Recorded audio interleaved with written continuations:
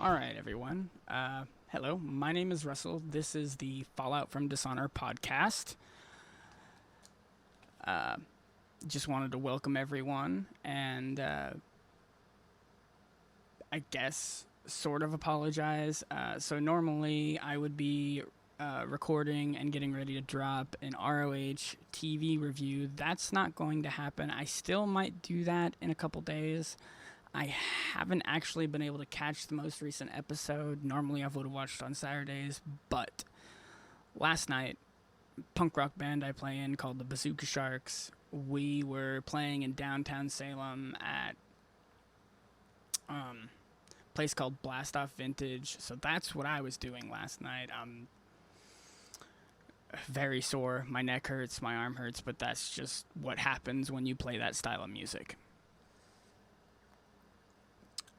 Shameless plug. So, if you are a punk rock fan, Bazooka Sharks, you can find us on a couple different platforms. If you go on YouTube and you search for the Bridge City Sessions YouTube channel, here a couple months ago we released some live session footage. You can find that. There's 4 songs. You can either find them by their individual names or you can find the whole thing collectively. It's about 20 minutes long. It's just a session video. Also, from like a year and a half ago before I was in the band, there's other session videos. So Bridge City Sessions YouTube channel, band's called the Bazooka Sharks. Go search that out. You can also find us on Spotify and Amazon Music, I'm pretty sure. I'm fairly certain there's other platforms. I'll have to check with the drummer to figure out exactly what other platforms we're on. But we're definitely on Spotify and Amazon Music. Speaking of platforms, if you're listening to this on YouTube, that's fine. I'm going to start uploading all of these episodes going forward on YouTube. But I did want to announce that we are, except for iHeartRadio, we are on all major podcasting platforms now. We're on Spotify, we're on Apple Music, we're on Amazon Music, we're on Podcast Addict, we're on Podbean, of course. I know there's more that I'm forgetting. I believe we're on Pandora. But basically anywhere that you listen to your podcasts, you can find us, except for iHeartRadio. I'm going to hopefully be figuring that out soon. Everywhere else, you can find the podcast. So I just wanted to let everyone know that. So the reason that we're veering away from our normal format is because ROH had a pay-per-view today. The best in the world, which is a pay-per-view I've been looking forward to for a while. Ring of Honor finally had fans back in the building. Seems like every single wrestling company, it seems like, is getting fans back this month. Except for Impact Wrestling. I'm not a regular viewer of those, but I haven't heard. I know they've been kind of the talk of the town this month because they haven't had an announcement as far as fans coming back. So hopefully they'll get all that figured out. But tonight, the pay-per-view was the first time Ring of Honor had fans back in somewhere in the neighborhood of 18 months, maybe even a little longer than that. But anyway, we're getting into the pay-per-view. Hour 1, which was free. You could have watched it on Honor Club, YouTube, pay-per-view channels, Fight TV, anywhere. You could have watched it for free. So Hour 1 kind of started off. The broadcast team did bring up that Tracy Williams was not cleared for the Tag Team Championship match. So Jay Lethal would be taking his place. As of now. I say as of now because that's going to play into some stuff that happened later. So, Ray Horus versus Demonic Flamita. I'm going to be perfectly honest. I did not catch a lot of this match. I had ordered a pizza about a half an hour before hour 1 had started. It's not that I didn't care, it's that the pizza took a little bit longer to get here than I had hoped. So I had to go downstairs, sign for everything, dish up my plate. By the time I returned upstairs, literally in time to see the finish, to see Ray Horus winning and Flamita attack him afterwards. So, with that in mind, Kenny King came out after the match. In a nutshell, Kenny King talked some shit, had talked about the TV championship match and how he basically guaranteed that Dragon Lee was going to walk away with the TV championship. Also talked about Rush gaining victory in his match for the ROH championship later that night. So, then we got an in-ring promo with Matt Taven, former ROH world champion. He basically went into a diatribe about the Righteous and how they've been cutting him off at every turn. Anytime he gets an opportunity to do anything, they're there to cut him off, and he's tired of it. Then the Righteous and Vincent show up. There's verbal exchanges back and forth. What it boils down to is they end up having a contract signing for a match. I am a little confused. I thought I'd heard Matt Taven say win, lose, or draw, he's going to leave Ring of Honor. I need to go back and maybe rewatch that part. Maybe I misheard. It was kind of strange, but that's what I thought I heard. Maybe that's not what he meant. I haven't seen... Hold on, let me pull up Ring of Honor's website here real fast. So the cage match is scheduled as the Last Stand Steel Cage match for Glory by Honor Night 2. I'm not...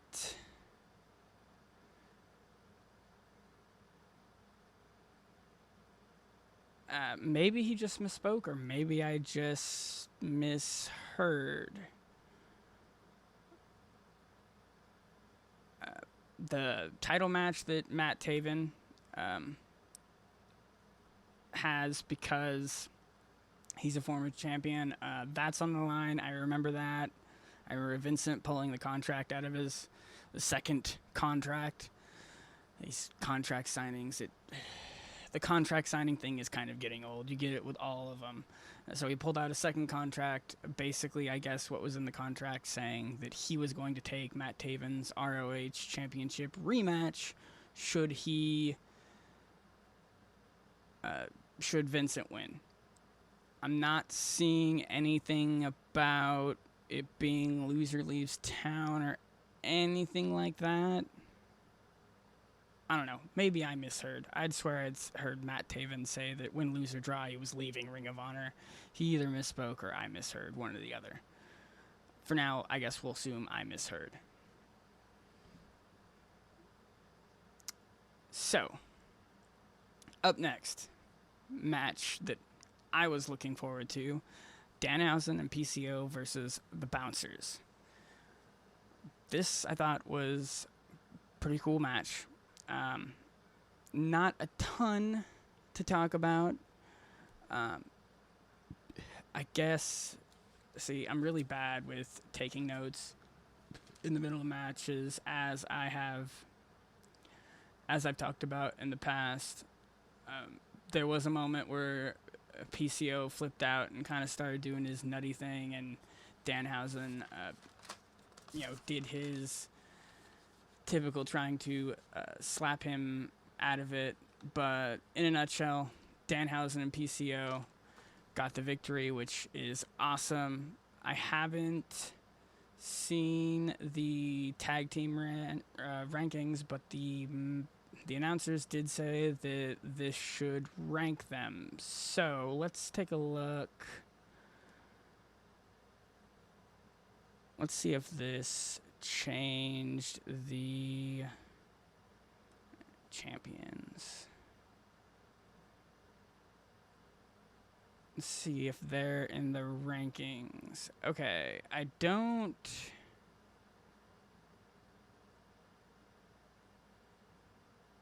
Alright, well, as of right now, they're not in the rankings. However, it looks like based on what I'm seeing as far as champions go here, I would say that the website hasn't been updated. So we'll see in the next day or two if that changes. I plan on hopefully catching Ring of Honor TV tonight or tomorrow and then doing my basic review. So maybe by then they'll have updated their website and I'll have more information on that. But the announcers, I do remember them saying that they PCO and Danhausen should be in the rankings. I can't imagine them coming in at more than 4 or 5 if they are in the rankings. So Brian Johnson and PJ Black versus the Briscoes. So Brian Johnson and PJ Black are coming down to the ring. Brian Johnson has a microphone and starts cutting a promo on the crowd,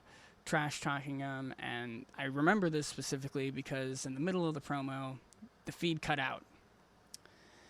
I'm an Honor Club member. I was on the Honor Club. I kept exiting the feed, trying to go back in the feed, and then it would play 15 seconds before the cutout, just like before, and then it would cut out again. I went through this multiple times, got very, very fucking irritated. I don't know what the hell was going on with the Ring of Honor app. It was just very annoying. Luckily, if you take your Ring of Honor Club membership, if you take your information and you go sign on to the Fight TV app, with that, all of that, you can still stream the pay-per-views over there at no extra cost or anything. You just need your Honor Club membership information. So I was able to do that. So that was cool. I don't know what the hell went on with the ROH Honor Club app. It was very frustrating. Made me miss a big portion of this match. So, unfortunately, in this situation, I gotta blame ROH. I don't know what the hell was going on with the app. Maybe there was too much. My guess is, since it was right when the actual pay-per-view started, after hour 1 was over, maybe they got a bunch of traffic into it, and it just crashed. That would be my guess. ROH, I've criticized WWE. I'm going to criticize other places, so I'm going to criticize you. When it comes to your Honor Club shit, figure your shit out. You know how many members you have. You should have an idea as to how much traffic you're going to have if that was the situation. If there was too much traffic, you need to fucking figure out your shit. So, all I can really tell you is when I finally gave up on the app and came in, it was in the last minute or two of the match. Briscoes have won. So I don't know if that one win is enough to get them in the rankings. But there you go. Briscoes won their tag team match. So good on them. I wish I could tell you a little bit more about the match. I can't. I was super frustrated. EC3, up next was EC3 and Flip Gordon. We actually got for the first time, it seemed like in the night, I actually noticed that someone did their handshake. I'm not sure if people weren't doing it before or if it, between my pizza and the fucking frustration with the goddamn Honor Club app. Ring of Honor, figure your shit out. I'm really irritated about that. There wasn't a ton to go over with this match, other than the fact that I noticed the handshake. Pretty solid match. Nothing super awesome that I can recall.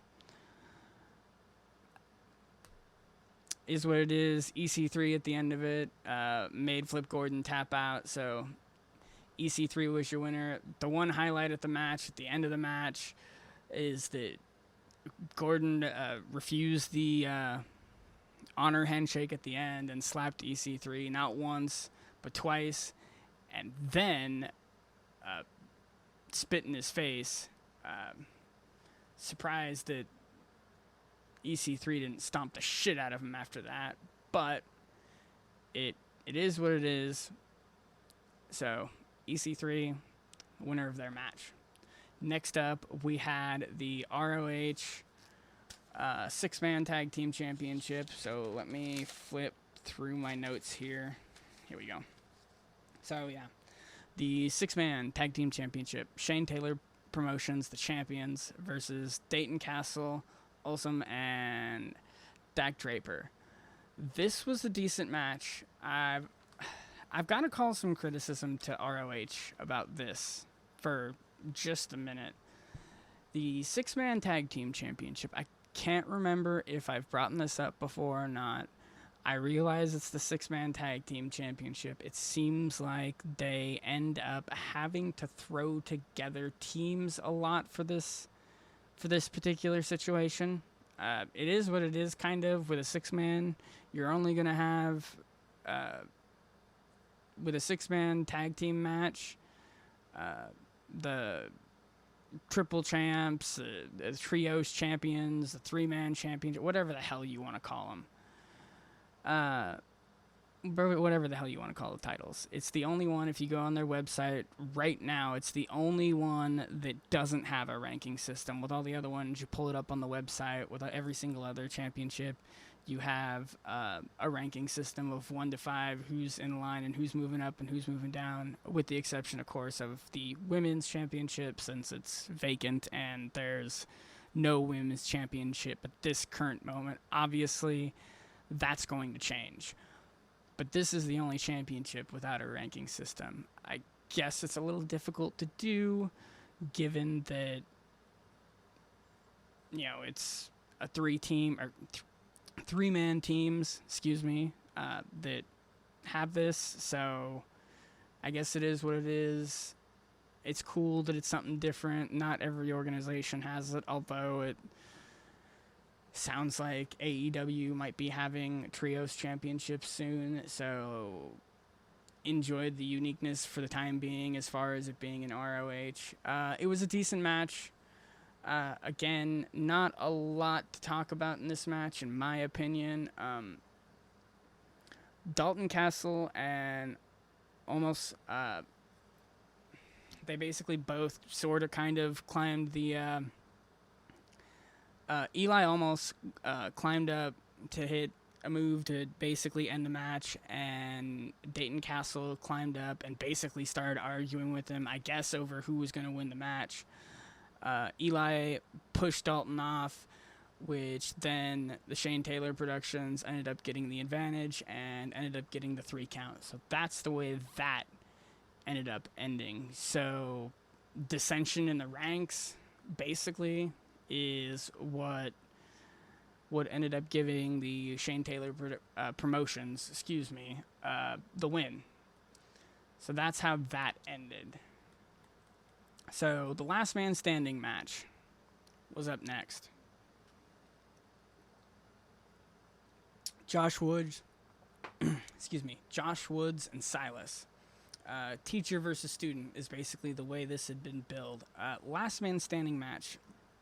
I gotta be perfectly honest. This one was good. I'm not big on last man standing matches. This one wasn't as bad.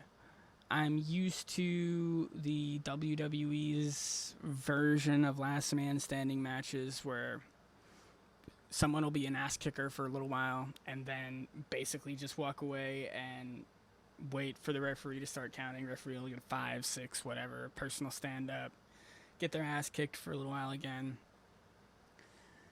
Then he'll sit and wait again. Then there'll end up being some double team moves, maybe where they're both being counted out and they both get up. They're fairly predictable matches. This one was not quite that formula, but it's still, I don't know. I'm not super keen on on last man standing matches. We did get a cool table spot, basically a German suplex through 2 tables at the end of the match. That was a pretty cool spot. For me, that was basically the highlight of the match. Woods was able to get up and beat the 10 count. Silas wasn't, so Woods is your winner. I like Silas Young a lot, but as far as the way this was going to work out, the student has beaten the teacher. Kind of figured that's where the story was going, and that's the way the story went. Not really big surprise there. So next up we had Jay Lethal versus Brody King. I thought this was a very good match. I was a little surprised. Jay Lethal hit a lethal injection very, very early into the match for a 1 count. After that, Jay Lethal did numerous dives. I think I counted 4 suicide dives onto Brody King. Didn't seem to do a whole lot to him. A lot of the stuff that Jay Lethal did to King throughout this match didn't seem to do a whole lot to him for quite a while. That was basically the story of the match, where Jay Lethal just threw everything he possibly had at King, and it was not happening. And that would end up being the story of the match. I believe, if I remember right, King ended the match with a Gonzo bomb, his version of a power bomb, basically, and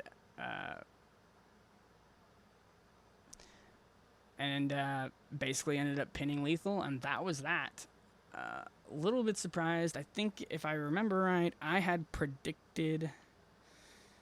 I don't know if I predicted or so much had hoped that Jay Lethal was going to win this, but King did it, so congratulations to him. Next up, match I was very much looking forward to, the ROH Pure Championship. Jonathan Gresham versus Mike Bennett. This match I was very much looking forward to. Going into this match, the story was basically that Jonathan Gresham didn't really respect Bennett. Without saying it, they had kind of alluded to Bennett's run in the WWE, where his wife, Maria Kanellis, basically treated him like shit, going so far as to, when she was pregnant, making him lay down when he was the 24/7 championship, the 24/7 champion, so that she could pin him and become the 24/7 champion. So basically, he was run through the ringer in the WWE. You could argue to the point where maybe he didn't deserve much respect, and he was trying to earn his respect back by winning the ROH Pure Championship. I would say, in my opinion, he did very well. A little bit surprised with the way this match went. The last Pure Championship match we got between Jonathan Gresham and oh god, his name's escaping me right now. The last Pure Championship match we got was more along the lines of just a huge hold for hold match. It was very, very different than even what you see in some of these Pure matches. I know that Jonathan Gresham is really known for being super innovative with the submissions and whatnot. You don't normally get that with his opponents, and you got a lot of those exchanges in the last match. And if you enjoyed that, that's great. That's not what you got here, though. You got more of a submission specialist versus a regular wrestler type. Mike Bennett would go for his go for his pile driver quite a bit. Sometimes it got blocked. Got the impression a couple times that he was going for the pile driver, that maybe we were supposed to think that Jonathan Gresham, instead of going up for the pile driver, went all the way up and basically forced Bennett to powerbomb him. That's the way it seemed to me. I could totally and completely be wrong about that. Gresham being forced to max out on his rope breaks in the match, that was a little surprising. Bennett put up a hell of a fight. Ended up having to use all of his rope breaks, so we got down to the nitty gritty. At one point, Bennett was outside of the ring and Gresham had him in a Kimura lock and he was tapping out, but of course it didn't matter because they were outside of the ring. Keeping in mind that in a pure match, you can win the title by disqualification, you can win the title by countout. They were pretty fast to get back in the match. There was a lot of exchanges. The match ended with the champion putting Bennett in, I guess, some sort of sideways, I don't even know what to call it, some sort of sideways ankle lock with his legs and forcing him to tap out. At the end of the match, we did get the code of honor, we did get the handshake, and Jonathan Gresham basically gesturing to him as, hey, good job, motherfucker. So as far as the story going with Mike Bennett trying to earn people's respect and earn John Gresham's respect, even through losing, it definitely seemed like that happened. The match, I forget how long the match actually went. I know it went past the 15-minute mark because I remember the announcers saying something after it had hit the 15-minute mark. So I know that it went longer than that. I don't have a timestamp in front of me right now. Next up was the ROH Television Championship match, Tony Deppen versus Dragon Lee. Now, on my last podcast, I had said, after the promo that Kenny King had cut, and the way Dragon Lee, that triple threat, I think it was a couple weeks ago, after Dragon Lee had the chance to interfere and basically let the pinfall happen so that he would end up, he didn't get pinned, so he didn't move down, so he moved up into the number one spot in the rankings. And that's actually, I got to give props to Ring of Honor, doing something like that with the rankings. That's great storytelling. Dragon Lee knew his spot, knew where he was in the rankings. All he had to do was avoid being pinned, and he would end up in this match right here. I do have a little bit of a criticism, though, in this match. So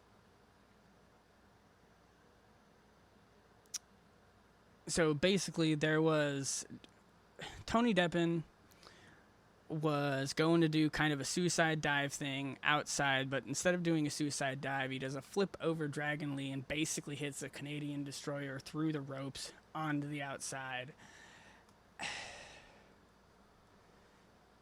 You know, I have to throw in with a lot of different podcasters. I know I'm not trying to say I'm on their level, but I listen to Jason Solomonster a lot, and he is very irritated about how the Canadian Destroyer, certain moves, the Canadian Destroyer in particular, is kind of bastardized.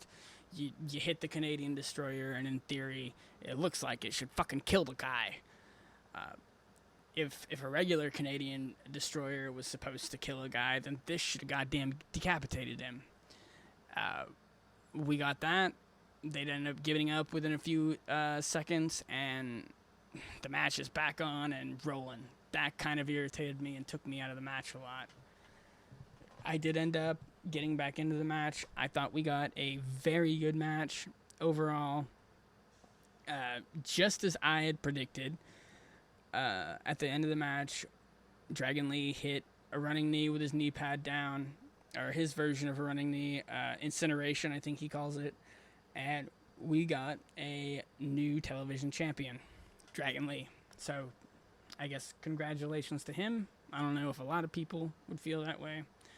I kind of like his faction. So next up, we have the ROH Tag Team Championship. Now, so let's recap a little bit. At the very beginning of the pay-per-view, we get the news. At the very beginning of the pay-per-view, we get the news that Jay Lethal is supposed to be a substitute. And as I already went over later, and then Jay Lethal had his match and got the shit kicked out of him, got the shit beat out of him, and then he was basically deemed unable to be in this match. So then, basically, members left of the Foundation, obviously Rhett Titus is still going to be into it, they end up turning to Jonathan Gresham. Having to do that would play into this match later. I gotta give props to ROH. This consistent storytelling and sticking with it is one of the reasons I went back to watching these ROH a few months ago, and why I'm right now focused on doing reviews about them. I've always said on this podcast, I'm not opposed to reviewing other platforms and other companies. The title of my podcast kind of implies that I'm going to be ROH centric. The reason that I kind of named the podcast after Ring of Honor, it's because that's what I'm watching right now.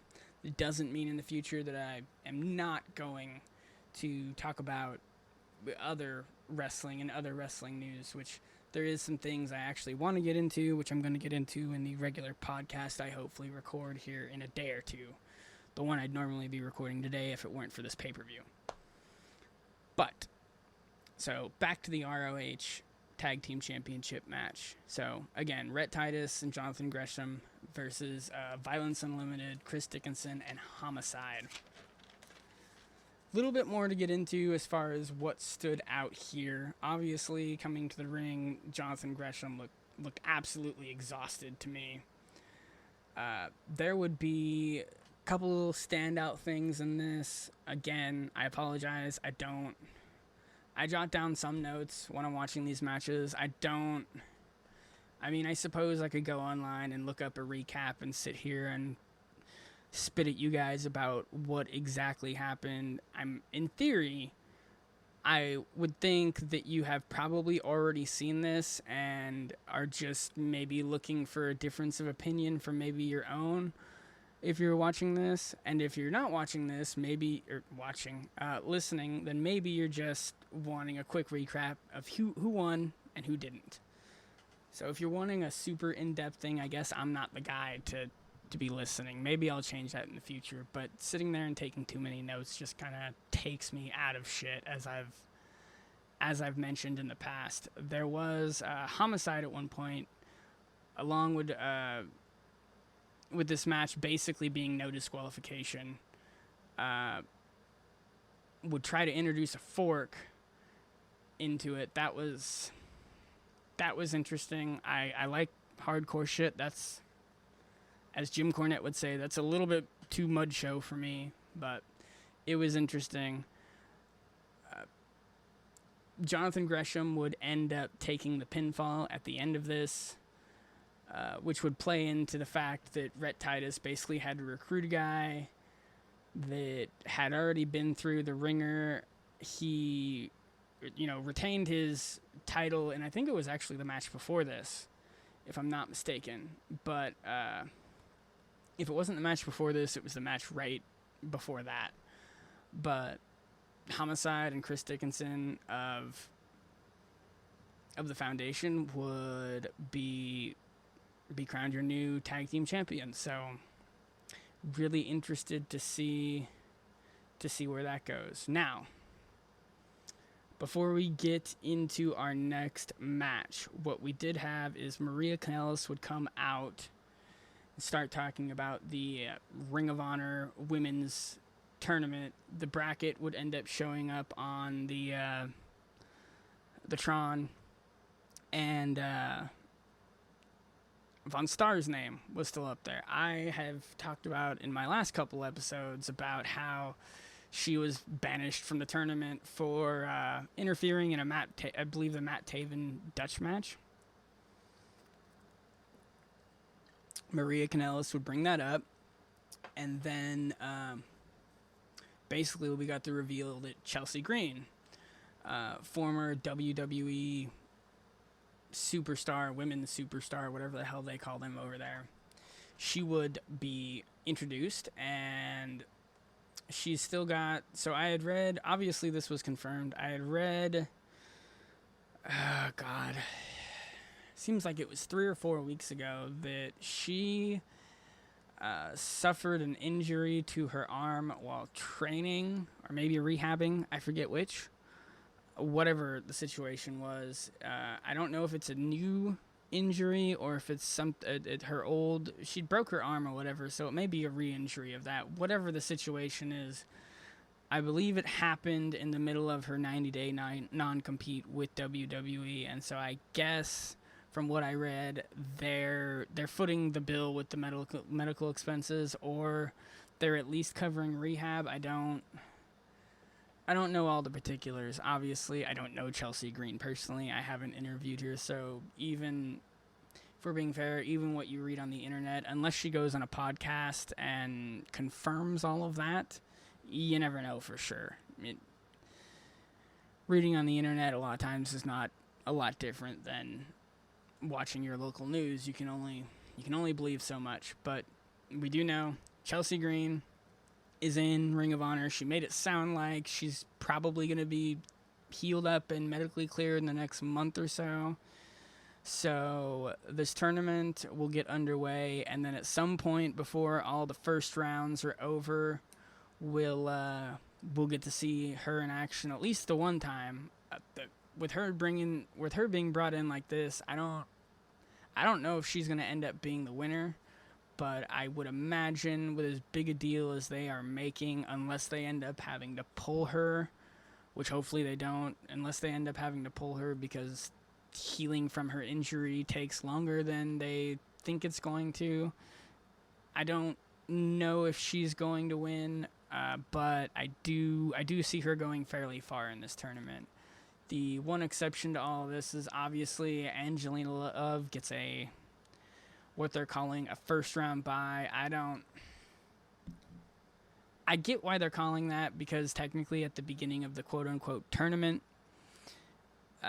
she's getting a first round bye ahead of everyone else, but you do have to keep in mind that she won a match to get that first round bye. So it's not, to me, it's not like she's getting a first round bye. It's like her first round match happened before everyone else. So the way they used to do the old King of the Ring tournament in WWF way back in the day, where the entire King of the Ring tournament happened in one night. If someone, in that situation, if someone had a match and won and got a first round bye the night of the tournament, in my opinion, that would be a first round bye, because the entire tournament is supposed to take place in one night. I've brought this up before, but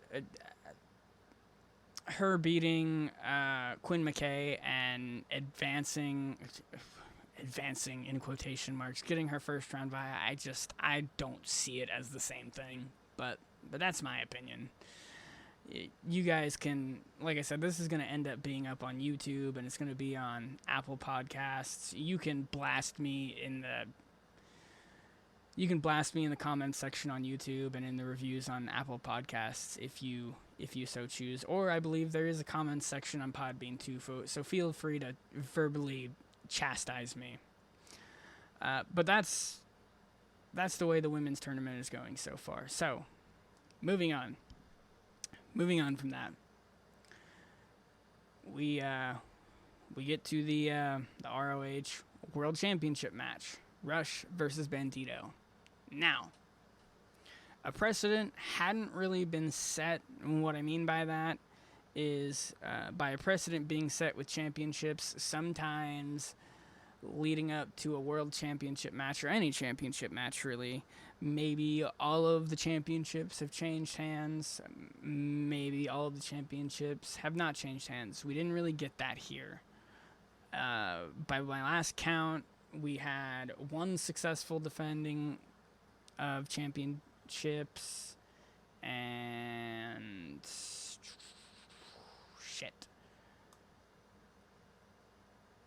Yeah, one successful defension, and then the TV championships and the tag team championships changed hands. Sorry about that. I had to kind of rack my brain here and look at my notes real fast. So, Rush versus Bandito. Rush would immediately take the fight to Bandito and dominate the match for quite a while. Bandito would rally a few times, dives outside. Rush would block with the knees. I have a few notes here. It was a very good match in my opinion. Rush would dominate a lot of this. I do remember I guess a crucifix slam, you would call it, that Bandito hit Rush for a very close 2 count. At the very end of the match, I do remember a 2-table spot at the end of the match. German suplex. Both of them go through the 2 tables, and Rush ends up getting back in the match in the ring before Bandito does, but Bandito ends up beating the count. It all leads to a spot where Rush basically ends up ripping half of Bandito's mask off, but then Bandito ends up rolling up Rush for the 1-2-3, which I had talked about the fact that I thought this pay-per-view needed its first pay-per-view back with fans. I thought that maybe they needed to, quote-unquote, send the fans home happy. Your underdog babyface champion did end up defeating Roosh, so you would end up, well, kind of sending the fans home happy. Roosh and his gang would end up beating the shit out of Bandito at the very end of the match, but some people online seem surprised at Bandito's win. I, again, had kind of thought they might want to do this. Roosh has been a somewhat dominant champion. It'll be interesting to see what plans, if any, they have for Bandito going forward. They may not have any. It may end up being that they just end up giving the championship back to Roosh, or maybe Bandito ends up being a transitional champion, and this is just something to get a placeholder to get the championship onto the next heel or babyface, probably heel champion. They could end up giving it right back to Roosh. I don't know. This isn't as surprising to me as some, but I don't know if I see them letting Bandito have the championship for a super long time. We'll end up seeing about that. So that was the pay-per-view in a nutshell. I thought it was a very good pay-per-view. Biggest criticism about the pay-per-view actually has nothing to do with the pay-per-view itself. ROH, please get your shit together. I've not been an Honor Club member for too long. I've kind of heard rumors about these kind of connection issues before. It may just be because of the amount of web traffic they had, but upgrade your goddamn server to have more traffic. Other companies can do it. I know ROH is a little bit lower on the totem pole than say WWE, but ROH is owned by the Sinclair Broadcasting Company.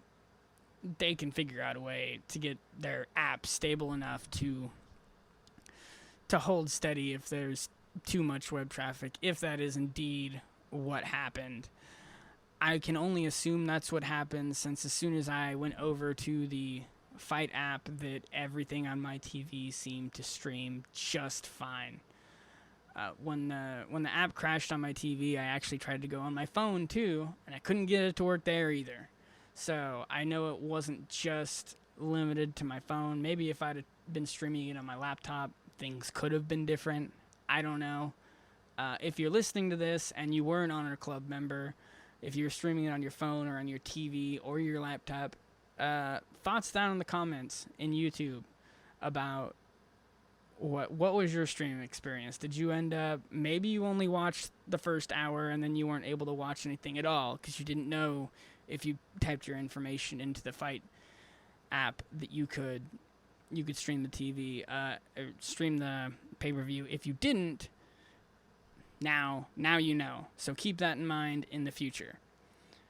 But I would like to know, obviously we watch these shows differently, so I would like to know what your guys' situation was if you're an Honor Club member, if you were able to stream the pay-per-view perfectly on your Honor Club membership. I remember them being on Twitter and then sending a tweet out saying some Honor Club members may be experiencing technical difficulties and we are trying to fix it. I tried to get my app to work for I don't know, from the beginning of the pay-per-view through most of the Briscoes tag team match. Like I said, I finally got on Fight TV and was basically able to see the very end of that match and then moving forward. So that was a pain in the ass. Let me know if you were an Honor Club member, if you were able to keep streaming it, and what device you were using, whether it was a cell phone or a TV like I was using or a laptop. Laptop may have worked. That's the only one I didn't try. So with all of that, wow, okay, all right, we're going on almost 50 minutes here. This was a little bit longer, but this was quite a long pay-per-view, even without taking a bunch of notes about what went on and move for move and hold for hold, which is not necessarily my formula, just talking about my thoughts on each individual match. Obviously, I was able to get quite a bit of content out of this. My apologies if I wasn't able to get too in-depth on the very beginning match in the first hour because of the pizza fiasco, my fault. And then the Briscoes tag team match, not my fault. God damn it, Ring of Honor. Again, I like your product. I like your wrestling. I like your weekly TV shows. I love the fact, I think that you guys could use a 2-hour TV show. I think that between that and the web content that I watch throughout the week, I think you guys could squeeze a 2-hour TV show and it not be too terrible. But yet, this can't be happening with your pay-per-views. I know that Honor Club members aren't paying as much, so it's not like you're doing a $50 or paying $40 or $50 to watch these, but I know that Ring of Honor has had issues like these going back to when they were doing pay-per-views, when they started doing that. So this is not entirely a new issue with Ring of Honor, and I haven't been an Honor Club member for very long, so maybe this has been an issue before. I don't know. Again, on YouTube, give me your thoughts in the comments. That's going to do it for my review. Fallout from Dishonor, my review on Best in the World. If you'd like to let me know your thoughts on the pay-per-view, what you thought, if you agreed with some of my thoughts, if you want to cuss me out, comments in YouTube, that's where this is eventually going to end up. Like, comment, subscribe if you're on YouTube, if you're on any podcasting platforms. I thank you for downloading. I thank you for listening. And, if you have any questions or want to get any interaction with the podcast at all, the best email to get a hold of me, I'll put it in the description of the podcast and the YouTube video. All lowercase letters, falloutfromdishonor@yahoo.com. That's the best way to get a hold of me. If you have any questions for the podcast, I would love to start doing a questions and answers segment. And those questions don't have to be limited to just Ring of Honor. Whatever company you want to talk about, I'm fine with talking about. So that'll do it for this round. I thank you for listening, and we'll hopefully get another episode about ROH TV dropped in the next day or two. Thank you.